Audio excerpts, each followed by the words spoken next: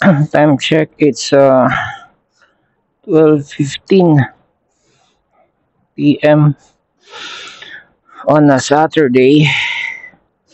Ano ba ngayon? Betcha ngayon, April 6.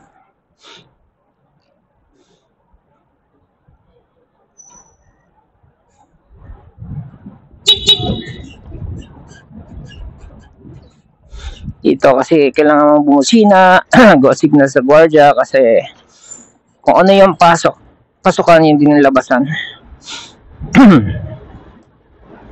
And yes, libre yung parking dito. Kaya dito na ako nag-grocery.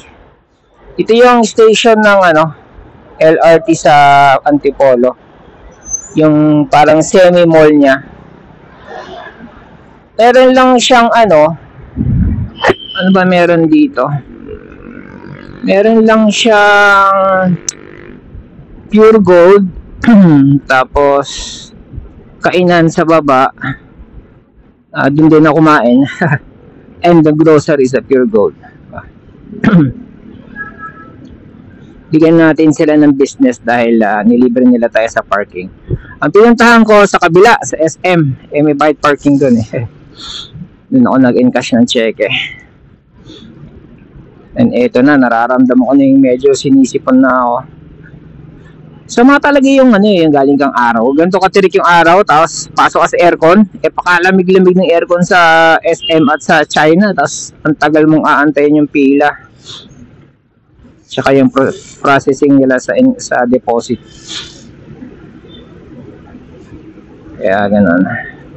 Mga twice ako na ganun ngayon. Init, ulan. Bili tayong donut. Ay shit. So sana bumili ng donut eh. Time na nga lang. So bumili. Sino magbabantay ng box ko? Tsaka ng phone. Paano ba?